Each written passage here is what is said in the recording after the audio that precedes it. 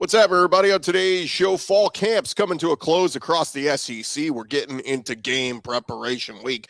We'll give you some takeaways from the weekend, a tidbit from all 14 schools. Georgia announces their starting quarterback is Carson Beck. Kirby Smart on why he made that move. Some injuries at Florida, LSU, and much more news. Locked on SEC starts right now. You are Locked On SEC, your daily podcast on the Southeastern Conference. Part of the Locked On Podcast Network, your team every day.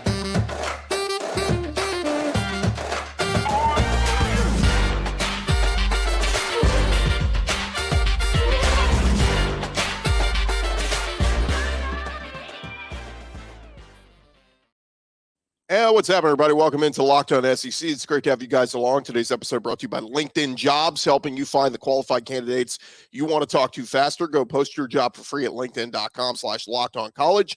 Terms and conditions apply. I'm Chris Gordy. Thanks for making Locked On SEC your first listen every day. We're free and available wherever you get your podcasts and on YouTube, part of the Locked On Podcast Network, covering your team every day. All right, let's jump into a play to discuss. Let's go around the conference. Boots out to the right. Takes the handoff.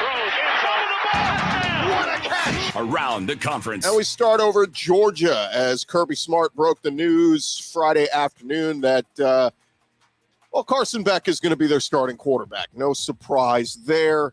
The big question is who's going to be the backup. Brock Vandegrift and Gunnar Stockton, two highly recruited guys battling it out. But Carson Beck, former four-star quarterback in the class of 2020. He was the number 9 pro-style quarterback, a native of Jacksonville, Florida. This will be the first time in a while that Stetson Bennett will not be the starting quarterback for Georgia. Of course, he took over for JT Daniels a couple of years ago and never looked back. So Georgia, a little bit of a transition. Mike Bobo, a little bit of different offense that they're going to have here, but still going to be very quarterback friendly. And we'll expect Carson Beck to be very productive. Why is that? Well, he's surrounded by a ton of talent.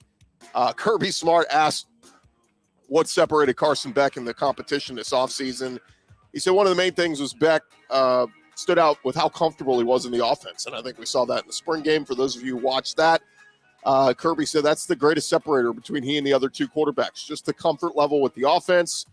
The two young ones have had a great job, but Carson Beck just been a little bit better. Kirby went on to talk about how this team has improved through scrimmages as of late. He said that the difference between the first and second scrimmage was something he's been very pleased with. He was vocal about how he felt when it came to their first scrimmage. He said, I was very pleased with the improvement we made scrimmage to scrimmage. We're not where we need to be, but we're competing. And we'll see as they go for a three-peat. One more Georgia note. Kirby updating the status of tight end Lawson Lucky, who's been banged up. He said it's week to week. Won't know exactly what it is. We've had Arian Smith, who came back in 3 to 4 weeks with a serious ankle injury. But we've also had guys take 5 or 6 weeks to come back. So we'll see how he handles it, the pain tolerance and the recovery. Our staff is going to do the best we can to get him back. So Lawson Lucky, one of the backup tight ends behind Brock Bowers, was a 4-star tight end, number 8 prospect in the country in the class of 2023, dealing with an ankle injury that required surgery. And again, going to be out at least a couple weeks. Of course, he's a Georgia legacy. His dad played for Georgia back in the 90s. See if Lawson Lucky gets out there in a couple weeks for Georgia. But obviously, Brock Bowers is the headliner at tight end. But keep in mind, they used Darnell Washington a ton last year, and they like to rotate in other weapons there. So that's the latest going on at Georgia. Meanwhile, over at Alabama, they held their final scrimmage of fall camp on Saturday. An offensive line looked a little bit different. Tyler Booker moved back to left guard after spending much of the spring over on the right side, and that pushed Terrence Ferguson down to the second team and opened a spot for Darian Dalcourt to be the starting right guard on the first team unit. Nick Saban said basically we move some guys around to try to balance the experience a little bit more. I think that's helped the left tackles who are less experienced. Somebody that's got more experience, more confidence, can make calls, can help with their communication. They have a good battle going on there at left tackle. Elijah Pritchett held the first spot throughout the spring, but their freshman Caden Proctor has really impressed here in recent weeks. So we'll see. Elijah Pritchett, a redshirt freshman, only saw a handful of snaps last year. Saban went on to say, one thing that I think has helped to some degree on that side of the line is working in different guys. He said he thinks they have 6 or 7 offensive linemen who could be possible starters. But he did say that left side has seen a lot of improvement. We're going to see them coming up here. September 2nd, Bama will open against Middle Tennessee in their opener. Now, Nick Saban talked a little bit about an injury they've had at running back. Freshman running back Justice Haynes missed Saturday's scrimmage with a quad contusion. Of course, big 5-star signee that they brought in. Saban said he did not practice. He had a little quad contusion, but listed his day-to-day. He said he's been out for a couple of days with that injury. Haynes is impressed a lot in pass protection, according to folks who cover the Tide, and was the number 2 back in this 2023 recruiting class. So high hopes for him. Jahmyr Gibbs obviously went in this past draft as a first-round pick, so the door is open back there. Jace McClellan, a lot of people expecting to pick up a lot of slack, but a lot of folks believe Justice Haynes, if healthy, is going to push for some early playing time early and often. As far as the Alabama receivers go, Saban said, I think our receivers have really improved. I think they've played faster, playing with more confidence. Jermaine Burton led Alabama in catches last season with 40. Ja'Cory Brooks was the team's leader in receiving touchdowns with 8. And the recruiting class brings in 4 freshman wide receivers, including Malik Benson, the number 1 JUCO player in this class. Saban said Benson's done a nice job. He's a lot more confident, playing faster, catching the ball well. So we'll see who is going to be the guy at wide receiver to step up for Bama. It's been a while since they had that dude. It was just a bunch of guys last year. Where was that dude? We're looking for that over at Bama. Meanwhile, their quarterback competition continues going on, but Greg McElroy talking over the weekend on his podcast saying that barring something completely unforeseen, he thinks it's going to be Jalen Milroe to start the opener. He said Ty Simpson will come off the bench in the first game. He said roll those 2 out there and figure it out. Whoever plays the best in that game, and that's who you're going to have heading into the Texas game. Now, he did say that freshman quarterback Dylan Lonergan gained some extra second-team reps. He said Tyler Buckner got some reps with the 1s, but not a ton. It's really been mostly with the 2s, but Dylan Lonergan's time has been growing, getting reps with the 2s. Meanwhile, Eli Holstein mostly running with the 3s right now is what Greg McElroy said. But he very complimentary of Dylan Lonergan. Said he's had a really nice camp. Maybe a guy to watch for down the road. Over at Florida, Billy Napier announcing that their redshirt senior running back Cam Carroll is going to miss the season with a significant knee injury he sustained in a scrimmage on Friday. Spent his first 5 seasons at Tulane before coming to Gainesville this offseason. Napier said it just kind of hits you right in the gut. But Cam will respond. He'll get the full support of our team and organization, and he will be back. Carroll was set to be a veteran presence in that backfield. Of course, Florida's still led by their tandem of Montrell Johnson and Trevor Etienne, but their depth now a little bit limited. True freshman Trayon Webb and JUCO transfer Jacoby Jackson back there now. Over at Auburn, Hugh Freeze, not a fan of how Saturday's scrimmage was officiated. They had SEC officials calling Saturday's practice. He said that they were, quote, flag happy and called back a few explosive runs. Auburn did average 7.5 penalties per game last year, the 4th most in the SEC. As far as the actual scrimmage how it went, Hugh Freeze noted Jeremiah Cobb saw a lot of touches in the backfield. Said everybody ran the ball well with Cobb, Jarquez Hunter, Brian Batty, and Batty was revealed to be Auburn's kickoff returner for this coming season. Hugh Freeze revealed that on Saturday. And the quarterbacks all rotated, looked pretty good. Of course, we know Peyton Thorne is going to be the guy. But the headliner on Saturday scrimmage was Shane Hooks getting making an acrobatic catch in the end zone. Hugh Freeze said that had that been a real game, SportsCenter would have grabbed as one of their top plays. So maybe Shane Hooks a name to watch there in the Auburn receiving corps. And lastly, Hugh Freeze complimentary of Robbie Ashford, still saying he said he's probably had his best 3 practices, the last 3 practices, of course, since Peyton Thorne was announced as the starter.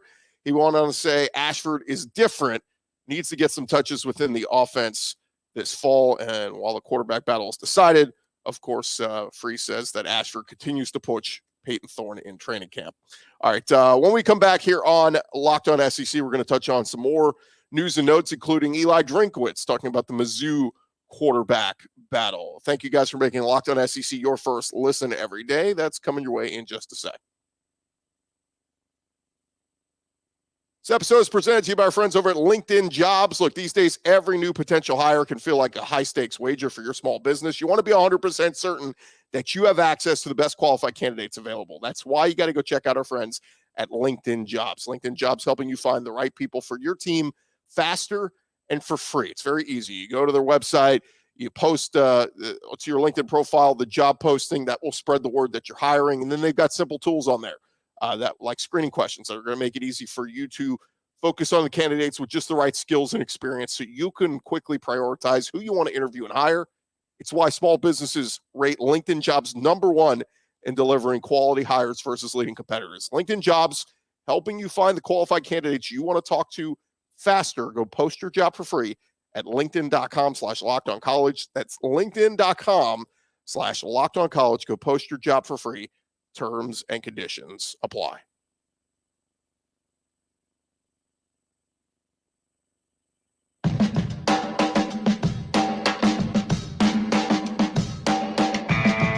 Going along here, Locked On SEC. Again, thank you guys for making us your first listen every day. Shout out to our everydayers. We are here with you all throughout this week, getting you set for week 0. We got football happening this weekend. We do have one SEC game. It is Vanderbilt. I get it. Not the most exciting for a lot of you folks out there, but we do get an early scouting report on what Vandy will look like. We'll do that later in the week, previewing their opener against Hawaii this week on Locked On SEC. All right, let's dive back into it. We got more news and notes going on from around practices and fall camps really concluding as we're getting into game week across the SEC. But let's get into Missouri. Eli Drinkwitz, not in a hurry to name who Mizzou's starting quarterback is going to be on Saturday. He stated the competition is going to extend into the season. He told reporters Saturday that Brady Cook and Sam Horn will both play in Mizzou's first 2 games. He said their performances will determine the starter for game 3 and beyond. Cook is a redshirt junior. He's the incumbent, started all 13 games last year, completed 65% of his passes. 2,700 yards, 14 touchdowns, 7 picks. Did also add almost 600 rushing yards and 6 scores on the ground. He was voted a team captain recently, so hard to envision him not being the guy. But it sounds like Sam Horn doing a good job of pushing him. He redshirted last fall, former 4-star prospect out of the state of Georgia. Made his Mizzou debut in the New Mexico State game. Of course, was on the baseball team this past spring, was banged up. And then they also brought in Jake Garcia, former top 50 recruiter transferred in from Miami. And Mizzou will open the season coming up a week from Thursday against South Dakota. They will then host Middle Tennessee in week 2. And you know he's going to want his quarterback thing, starting quarterback decided before they head into week 3 at home against defending Big 12 champion Kansas State. All right, other news and notes going on around from fall camp over the weekend. Over at Mississippi State, they concluded their second and final scrimmages, and Bulldogs are ready to begin their first mock game week this week. Scrimmage was closed to the media, but Zach Arnett talked with the media afterward, along with his OC Kevin Barbay and defense coordinator Matt Brock. And Barbay talked a lot about his running back room. Jacoravius Marks, of course, represented the team over at SEC Media Days. He was accompanied by newcomers Kevon Lee and Jeffrey Pittman, along with sophomore Simeon Price, talking with the media. And the freshman Seth Davis apparently has been hard to keep off the field, according to Barbay. He said, this is a lot of offense for a young man coming in, but he's done a great job of handling it all. I think the good thing about guys like that, young players, you have to find ways to get them on the field. Don't overthink it. Davis comes out of the Houston area, 5'7", so small, but Zach Arnett compared him to Deuce Vaughn, the former Kansas State running back. He said he could kind of hide behind those linemen at times, see the seam and slip through there. So we'll see if Seth Davis get some early reps for Mississippi State at running back. Zach Arnett did say, despite all the praises coming out of preseason practice, he pointed out the flaws. He said ball security, particularly if the running backs, has been a concern. Fumbles, poor exchanges with the quarterbacks.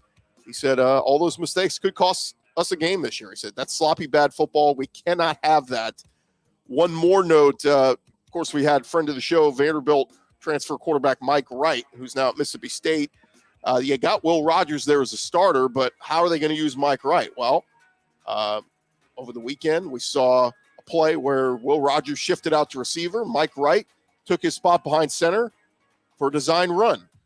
Perhaps a glimpse into how Mississippi State plans to use Mike Wright at times this year. I've talked about that throughout this offseason. I think Mike Wright is too good of an athlete to not see time on the field. I get Will Rogers as the starting quarterback, but there will be plays for Mike Wright, much like I think we'll see Robbie Ashford have design plays over at Auburn. So we'll see what Mississippi State looks like here real soon. Meanwhile, over at Vanderbilt, it is game week for them. Quick injury update for them. Defensive tackle Christian James will not play against Hawaii this weekend due to an undisclosed injury. That's from head coach Clark Lee. He said Christian James will need a few more weeks before he will be back. Darren Agu suffered a dislocated elbow during a practice back in first week of August. He is questionable for the opener. If healthy, he is expected to start at defensive end. He's not participated in practice since the injury, though the Commodores expect he will be cleared to play by this Saturday. Now, linebacker safety C.J. Taylor, who missed much of the early part of the preseason with a soft tissue injury, he did not play in either of Vanderbilt's two scrimmages, but he returned to practice this past week. So more than likely, he should be a go for the opener. And Commodores largely avoided season-ending injuries throughout this camp. Two players that will miss this season because of earlier injuries. O-lineman Jake Ketchick tore his ACL in February, and tight end Cole Spence tore his ACL prior to the start of preseason camp. So the latest on Vandy, more on Vandy later this week because they're playing this week. They got a game. Over at Texas A&M earlier this week, A&M coach Jimbo Fisher and starting left tackle Trey Zune addressed the media, and Zune is expected to be a big-time talent on that offensive line. And O-line expected to be a strength for A&M this year. It was a problem last year. Fisher talked a lot about the depth on his offensive line, praised the versatility of freshman tackle Chase Basantis, redshirt freshman guard / center Mark Naboo, and also talked about former tight end, current redshirt sophomore tackle Demetrius Crownover. But the starters shaping up like this. It'll be Trey Zune at left tackle, then Cam Dewberry, Bryce Foster at center, Layden Robinson, and Ruben Farthery. That's your left to right offensive line for A&M. Fisher's praised the unit so far, and I was reading an article over the weekend. They said Fisher is kind of chasing the dream of recreating that 2020 offensive line for the last two seasons that returned 52 out of 65 career starts, including Kenyon Green, who is now starting in the NFL. If they can get really good play out of this unit, they are going to be a problem in the SEC this year, particularly with their new play caller, their new OC. We'll talk more about A&M as we get into the rest of the week. All right, coming up next, we'll continue to go one more go-round around the conference as we'll head out to LSU, give you what the latest happened with the Tigers. They had a little bit of an injury over the weekend in their scrimmage. Thank you guys for making Locked On SEC your first listen every day. That's coming up next.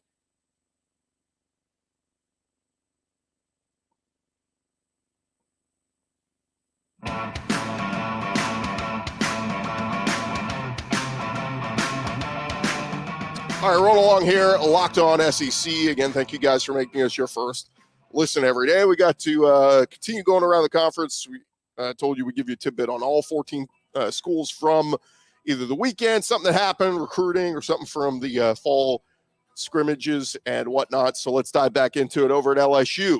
They had their final practice of fall camp on Saturday, running through drills and scrimmaging in front of former players and families in Tiger Stadium. They will open up with Florida State, of course, coming up here on September 3rd. Team finished Saturday's practice with the scrimmage following normal warm-ups and drill work. Denver Harris, defensive back who has been absent from LSU's practices the last week, was not in their team photo and missed 3 prior practices. He was back out there. And the defensive backfield going to be one of those big concerns for LSU this season. Sage Ryan ran with the first team unit as their boundary corner. He left practice early with an apparent left arm injury, did not return. That is huge news there for LSU. Sage Ryan expected to be a big-time contributor in that secondary. He's got a left arm injury. See if that keeps him out. But if it keeps him out any time in the season, that is going to hurt LSU. Now, he and Zy Alexander started with the first team unit. Deuce Chestnut replaced Sage Ryan. He's the transfer from Syracuse. But Sage Ryan, now the second notable injury in that secondary. J.K. Johnson, we found out he's had a foot injury all of camp. Was in a boot, so he's out for the time being. Freshman Ashton Stamps rotated in at first team corner, but spent most of their scrimmage with the second team. Now, the biggest takeaway from the scrimmage was freshman running back Caleb Jackson, who scored 2 touchdowns in the scrimmage. One of them, a screen pass that he took from Garrett Nussmeier over 70 yards to the end zone. So, look, we know LSU's pretty deep at running back this year with Noah Cain and John Emery and Logan Diggs. But he stood out over the weekend. So if this guy, Caleb Jackson, continues to stand out and make big plays like that, well, Brian Kelly's going to have to find ways to get that kid on the field. So maybe a name to watch for there at LSU. Meanwhile, over Kentucky, Mark Stoops giving an interesting detail about their most recent scrimmage. He said that sophomore defensive tackle Deion Walker was thrown out of the scrimmage for being too dominant. Stoops said, I had to throw Walker out of the scrimmage today so we could get a playoff. So, yeah, needless to say, he's been a force. Walker coming off a strong freshman year. We had 40 tackles, 4.5 tackles for a loss, and a sack. If he's playing like that, then he's going to be forced to be reckoned with in SEC play. It was a 4-star recruit, number 36 defensive lineman. And Kentucky ranked dead last in the SEC last year with just 54 tackles for a loss. So they are hoping to take a step forward there. They'll open with Ball State coming up on September 2nd. Now, some good news there for Big Blue Nation. School recently confirmed season tickets are sold out for this year. Fans have purchased over 40,200 season tickets, and all 6,500 student season passes have been claimed. And this marks the highest total for season tickets since the reconfiguration of Kroger Field back in 2015. Games against Florida, Tennessee, Alabama are all already sold out. Mitch Barnhart said, Coach Stoops and the team love the support they get from Big Blue Nation. We've seen what a difference it can make on game day. Can't wait to see everybody at Kroger Field this fall. Kentucky's homecoming game will be Missouri coming up on October 14th. All right, over at Ole Miss, big-time recruitment pickup over the weekend. 5-star defensive lineman Kamarian Franklin chose the Ole Miss Rebels over the likes of Tennessee, Auburn, and Florida State. He's the number 6 defensive lineman in the class of 2024, the number 2 prospect out of the state of Mississippi. Auburn was considered the leader in his recruitment before Ole Miss made their late push. And with his commitment, Ole Miss's class will rise 4 spots to number 24. He's the 20th commit for the cycle for Lane Kiffin and the Rebels, who are putting together quite a class for the class of 2024. Pete Golding doing a great job. I keep saying, I think Ole Miss's defense is not going to be great this year, but the future looks bright. Pete Golding is building that thing up with that class of 2024, and I think it's going to look very different starting in 2024 and the hereafter. All right, over at Arkansas, they're expecting big things this year out of wide receiver Isaiah Sategna. It was hard to get him on the field last year. Richard, freshman, has shown he's ready to emerge as a playmaker.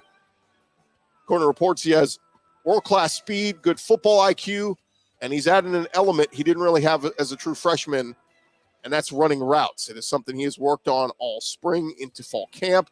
Last year, his routes were not very crisp, and on Saturday's scrimmage, Sam Pittman, talking with the media, said, opening kickoff of the game, Sategna took it 100 yards. Took it for a touchdown. It was a live rep. As happy as I am for the kickoff return team, well, the kickoff team gave up a 100-yard return. But that was a good way to get the scrimmage started. So, Hawk fans, reason to be excited for Sategna. Keep an eye on that kid. get you passes this year from KJ Jefferson and company. They will start their season in Little Rock on coming up here on September 2nd. So going to be fun to see what the Hogs can do this year. Over at South Carolina, Shane Beamer making an addition to their roster, their current roster. Drew Tuazama, a transfer defensive end from UAB, announced on Friday he is heading to South Carolina. He recently graduated from UAB, which allowed him to enter the portal outside of that designated window. He appeared in 13 games last year at UAB, had 33 tackles, including a team-high 5 sacks, 3 pass breakups, 3 quarterback hurries. He started his career at Syracuse in 2019, and it's a good talent. We've been talking about it. South Carolina, they got to find some pass rush, some sack artists. Where are they going to find those guys? They got some guys on their roster, but add another guy to the mix with Drew Tuazama, a name to keep an eye on there at South Carolina. And lastly, as we run through the SEC, we finish over at Tennessee. We're less than 2 weeks out from their opener against Virginia in Nashville. Tennessee hit the field on Saturday morning for their 14th practice fall camp. And the Vols will now practice behind closed doors for the remainder of camp as they get ready for the start of the regular season. But Saturday's focus on special teams, and Mike Eckler, along with returner D. Williams, punter Jackson Ross, and kicker Charles Campbell all spoke with the media. Return man D. Williams is the guy to keep an eye on. He's a defensive back, says he's improved in both areas since joining the team from the JUCO ranks. But he's a guy that is expected to be a big-time returner for Tennessee this year. So keep an eye on D. Williams. I think it was the LSU game last year. He had a really good return. But Jabari Small also talking with the media. The running back had offseason shoulder surgery back in January, did not partake in spring practice, has been taking part in fall camp. And talking with the media, said, I haven't played in a long time. I was excited to get back out there, get back in the groove of things, and honestly, just trying to push myself. Of course, Small shared touches in the backfield last year with Jalen Wright, who led the team with almost 900 rushing yards and 10 touchdowns. So should be a good 1-2 punch there with Jabari Small and Jalen Wright once again. Underrated part of that team at Tennessee last year was their run game. I expect them to have a strong run game again this year with that offensive line getting better and better by the day. All right, that is going to do it for this edition of Locked On SEC. Thank you guys so much for making us your first listen every day. Again, shout out to our everydayers for coming back and checking us out. We'll have something for you every day. And again, we'll be getting into some Vandy talk this week. I get it. Maybe you're not the most excited about Vandy, but heck, they're playing a football game that counts this weekend. So we'll be getting into Vandy. They're about 3-score favorite over Hawaii in the betting odds. So we'll get into some X's and O's of Vandy as this week gets along, and also get more into some of these quarterback battles. Alabama, Ole Miss, they getting closer to naming a starting quarterback. We'll update you on that as the week goes along. But for now, I'm Chris Gordy. Thanks for making Locked On SEC your first listen every day. Again, we'll talk to you guys tomorrow. Subscribe. Check us out on YouTube and wherever you get your podcasts.